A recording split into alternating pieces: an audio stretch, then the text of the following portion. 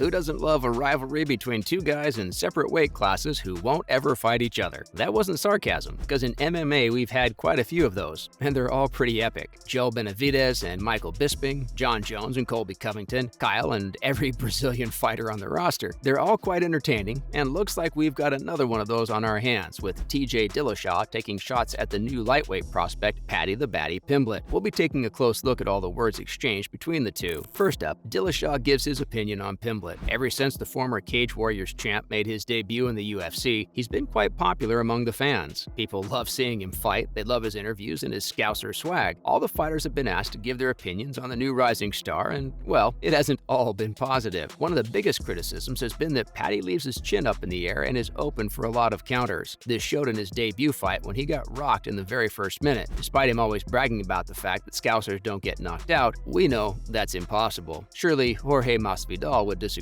Sorry, Darren. Another point of criticism for Paddy has been his weight issues. Many of the fighters are known to balloon up between fights as they go through a tough camp, followed by a painful weight cut, during which all they can think about is gorging themselves with those Popeye's chicken. Paddy belongs to the same type of fighter. In fact, he takes it to a whole other level. The Liverpool native isn't ashamed of his diet, and he said that food is very important to him. In his own words, he'd rather be fat and happy than skinny and depressed. That's one way to look at it. When a fighter makes a statement like that, it's surely followed by some criticism from his co-workers. The former two-time bantamweight champ was asked about Paddy Pimblett and his massive weight cuts. TJ said that it's very bad for Paddy's health, and it might cause some serious health issues. He even went on to say that Paddy would never be a champion if he continues to show this kind of unprofessionalism. TJ's criticism was mainly based on the well-documented diet of Pimblett, so maybe it's not as harsh as it sounds. Now, Paddy's response. You don't talk trash about a Scouser and get the last words. The Baddy tweeted a response saying that TJ's statement was invalid as he used to balloon up in between his fights too. For all you new fans, TJ had a nickname in his old camp at Team Alpha Male, which was Fat Tyler. This was mainly because TJ used to put on so much weight in between fights that he was almost unrecognizable. Kind of like Paddy, but maybe not that extreme. Paddy also commented on how he even used that nickname to sell Fat Tyler merchandise back in the day. Of course, you can't have a war of words with TJ Dillashaw without mentioning the PED use, which is exactly what Paddy did too. TJ was caught using PEDs in his title fight against Henry Cejudo. His case was weird because he's the only fighter ever to accept that he actually used banned substances to help him out. He claimed that the weight cut was too hard for him and he had used those drugs in order to be able to perform. Somehow, this incident was related to his weight too. TJ did respond by saying that the Fat Tyler thing was just a joke and he never destroyed his body like Paddy's doing right now. For now, it doesn't look like the two of them would be friends anytime soon. Now, other UFC fighters on Paddy Pimblett. When you take over the show in your very second fight and build a huge fan base for yourself, people are going to have opinions about you. Early in 2022, Paddy had a little back and forth with Sean O'Malley. They're two of the biggest stars on the roster, and both had opinions on each other's hype and fighting style. Jorge Masvidal was also asked about Paddy, and he said something similar to what TJ said. He doesn't see Paddy becoming the champion unless he becomes a lot more professional and makes his style defensively better. One of the most heartwarming encounters happened between GSP and Paddy Pimblett a few months ago. They shook hands and had a pleasant exchange. If you know George, he has the opposite approach to the game as Paddy. GSP is always in top-notch shape even if he's 40 and retired. When the former two-weight world champ was asked about his opinions on Pimblett, he had nothing but good things to say about him. George said that he was impressed by his character and the way he's built all the hype around himself. GSP was the pay-per-view king himself back in the day. He said that he could see that Paddy was being true to himself, and that is who he is. George, on the other hand, is a respectful person, and that's how he always carried himself. They had different approaches, but it still worked out. When GSP was asked about Pimblett's weight issues, he said that life is too short not to enjoy it, but we're sure he only said it because he's so nice. Now, in other related news, no Dana White or Joe Rogan. The UFC is having the first pay-per-view in Singapore, folks, and it's as exciting as it gets. We've got 2 title fights on the cards, and a much-anticipated rematch between 2 former champions. But you can't make everything perfect, can you? Joe Rogan isn't going to be a part of the commentary team on this pay-per-view. He'll be replaced by the former middleweight champion Michael Bisping. Daniel Cormier would also be in the booth, along with John Anik, who'll be handling the play-by-play. The team of Rogan, Anik, and DC has become a trademark for every UFC pay-per-view. Joe Rogan doesn't do commentary unless it's for a pay-per-view event, but he hasn't been participating in most of the events that are outside the United States. He's too rich and too busy to be traveling that much. Dana White also said that he won't be able to make it to Singapore as his son is having his 21st birthday the same week and he wants to be with his family in Vegas. He's a family man first and the boss man second. Although the show would go on and still be just as entertaining, we're surely going to miss his presence. It's part of the UFC protocol to have the referee raise your hand and Bruce Buffer announce your name. Similarly, Dana White wraps the belt around your waist and Joe Rogan does the interview inside the octagon. Would hate to see that end anytime soon. Next, Oliveira versus Makhachev, targeted for October. Who said winning 10 fights in a row is not enough? Islam Makhachev is finally getting his well-deserved title shot after being on a dominant win streak. He'll be facing the #1 contender and the champ in most people's eyes, Charles "Do Bronx" Oliveira. The Brazilian has been on a tear, beating all the top competition. With his last 4 wins against elite-level competition, it doesn't look like there are many people that could stop him. Enter Islam Makhachev. The Dagestan-born fighter is Khabib Nurmagomedov's prodigy, and he can do everything the undefeated former champ did. The styles work perfectly against one another. It's just a matter of who makes the first mistake. When Dana was asked about this fight in an interview last week, he said that they're looking to book that fight in October or November if that doesn't work out. We can probably expect them to make the fight happen in Abu Dhabi, which would give Makhachev kind of a hometown advantage. Although Islam's team is more than willing to face Oliveira in Brazil if that's what it takes. The location doesn't matter. All we want is for the fight to happen. And now Whittaker says his wife hits harder than Adesanya. Robert Whittaker is one of the nicest guys in the sport, but he's still Australian and loves to crack a joke every now and then. He made a media appearance this week alongside Jan Blachowicz. Both guys have fought Izzy in the past, and a fan asked them how hard he really hits. Jan said Stylebender's strength isn't in his power, but his precision, speed, and timing. Bobby Knuckles said as a joke that his wife hits harder, which made everyone laugh. He went on to clarify that he was joking and that Adesanya does hit very hard. He said he was able to get a KO over him. That should tell you everything. Whittaker is still interested in having a trilogy with the champ, as he thinks he got really close the second time. He believes he can beat him. Who wouldn't want to see them go at it again? That's a wrap for this video. What do you think about this new rivalry, and whose side are you on? Let us know in the comments below. Make sure to give this video a thumbs up and subscribe to our channel for more videos like this. See you in the next one.